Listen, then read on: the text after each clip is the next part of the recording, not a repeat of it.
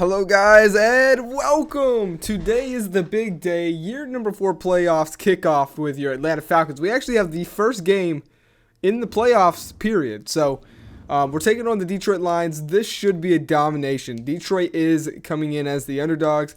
They have 72 overall Teddy Bridgewater, and the highlight of their team is DeAndre Swift here, who is around an 80, you've seen it, like an 82 or something like that. Kenny Golladay is out. He's not playing. He's their star wide receiver, and he's gone. Now, Trey Flowers on defense does know how to get to the quarterback, and Akeem Gathers had 7 of those interceptions. He led the league this year, so whoever wins this game is going against either the Saints or the Packers, and whoever wins that game is going against whoever wins this game, obviously, right? So let's kick it off here. Right off the rip, they're going to go to DeAndre Swift. This is their one weapon I feel like they have. If they were going to win somehow, some way, it's going to have to be through Swift. The Detroit Lions they got lucky to even be here. But it is the NFL. It is the playoffs. And a playoffs, once you're in, once you've punched your ticket, it doesn't matter what you did. Prior to this is basically a whole new season for these teams. It's a 1 win or 1 loss. It's elimination time, okay?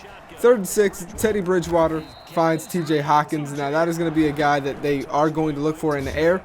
DeAndre Swift gets stuffed right there, but so far 5 rushes, 13 yards, not going to work. That's not going to be enough. They're going to need Swift to get in there. Now we're going to take a look at Zach Keiser as he steps back for his first time of the day. He's going to leave the pocket, and he's going to get brought down after a 2-yard sneak there.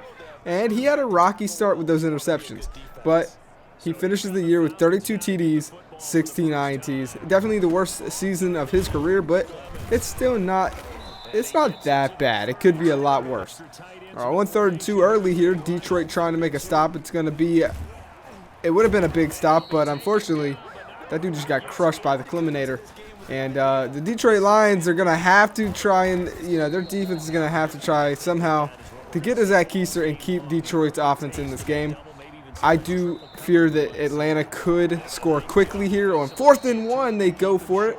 They've been playing very, very aggressive this year. Probably one of the most aggressive teams in the league right now. As Ridley, oh, wow. Just a horrible angle by number 30 there. Running Ridley just embarrassed that man. 7-0. Horrible tackling by Detroit. They're going to try and answer deep, and that's Teddy Bridgewater missing the mark. Teddy steps back, gets hit, but he's going to find his tight end, Hawkins, who is going to save this drive with a very important catch right there. Teddy Bridgewater steps back again. This time he's panicking, and he is going to panic and run right into Lamar Wilson, and that would not be a good play. But again, he's going to leave the pocket. This time he's going to have some success as he gets all the way to the 31-yard line there, and Detroit finally has something moving here. But again, another 3rd down, 3rd and 6. Bridgewater would step back, screen play. DeAndre Swift, he's going to have definitely the swiftness to get to the 1st down marker. And now they are in the red zone for the first time today. It took them a minute, but they're here late in the 2nd. Dumped down on another 3rd down. This time, Atlanta's not playing any games, and Detroit will have to settle for a field goal. 1st and 10, play action. Zach Keiser looking deep down the field. He's got running Ridley, but it's broken up. A beautiful play right there by Detroit's secondary. This time, around the same type of play, but Keiser's going to keep it as he's got nothing but open field across the 50, and he's going to get brought down at the 44. 1st and 10, Keiser is showing that he's got the legs. He's scrambling again to the outside. This time, he's going to throw an interception. Raheem Rush, and Keiser gets up and makes the tackle. Wow, horrible decision by Keiser. He should have just continued to run there. Now he'll set up a 3rd and 2. Handoff DeAndre Swift up the gut. They need this. Did they get it? No. 4th and inches, but they're going to go for it. Detroit throwing it deep, 1-on-1, and it's broken up. Kendall Sheffield. Why would you not just run it there? Detroit tried to catch Atlanta off guard, and they pay the price. 1st and 10. Keiser short field here. All he's got to do is go around half. He's got to leave the pocket once again to the 30. Make it the 32, and he'll slide down. 3rd and 5. Keiser finds Cook as they're going to cook up a dot right there. And 29 seconds left before halftime. Keiser trying to extend this lead, but he's going to miss the pass right there. 2nd and 10. Keiser steps back. Quick Dottie Roney to Hurst. Big boy Hurst. Big money Hurst. Hurst bursts with the first, whatever you want to call him. We're going into halftime 14-3 here. And Atlanta, I'm not gonna lie. Atlanta is struggling on offense worse than I thought they would. Detroit has kept this game close, but how are they gonna? Atlanta gets the ball at halftime, or here in the third quarter. So Detroit's offense is gonna have to come alive very quickly here if they want to try and get, stay in the playoffs here.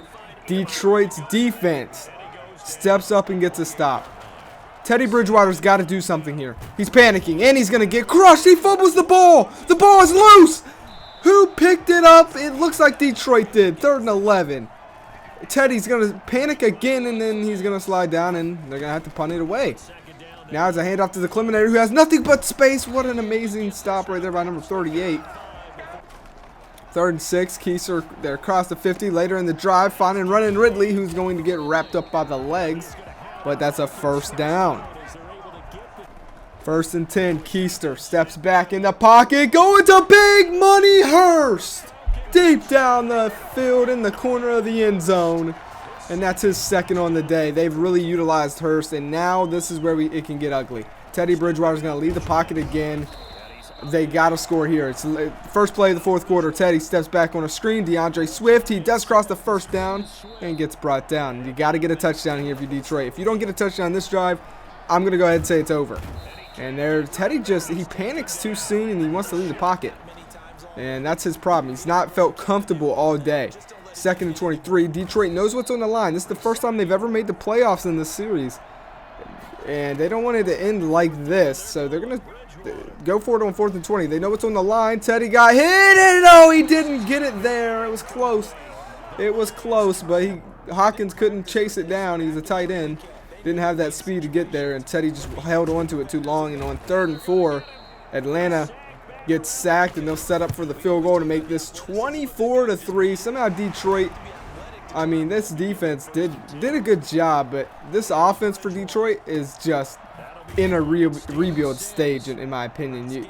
They've got so many holes in this offense. It's one of the worst offenses in the league, honestly. They were a defensive team. That's how they were able to get to this point here, because their defense was so good. But it takes more. I know they say defenses win championships, which they do. I do agree with that. But at the same time, I mean, you can just look at KC and the Buccaneers. But at the same time, you got to score points as well. And Detroit, just horrible offense, one of the worst offenses in the league this year, as they try to get something late. But honestly, I feel like it's just too little too late at this point.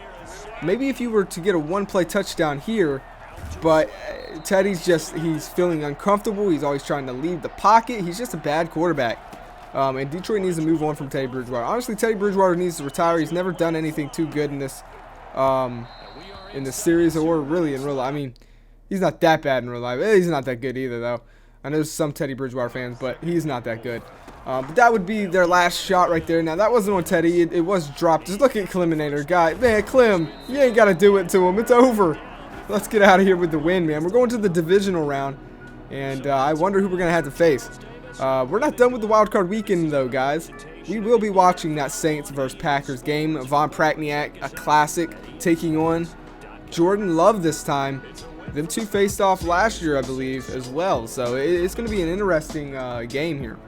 A lot of history between these three teams, with the Atlanta Falcons, the Saints, and the Packers. These three teams have been in the playoffs year in and year out, and it's always one of those three teams going against each other. So we will be tuning into that game. Matter of fact, in year number 1, just for a little fun fact, the Green Bay Packers eliminated the Saints in the NFC Championship game. 56-35, the Packers won with Aaron Rodgers. They went on to win the Super Bowl against the Titans that year. And we all know that the Falcons faced the Packers last year and beat them. And in year number 2, the Packers eliminated Atlanta. There's just a lot of history, so make sure to be ready to watch the Saints versus Packers here. Wildcard weekend is not over quite yet. I hope you guys enjoyed. You already know. Until next time, see you on the next one. Peace.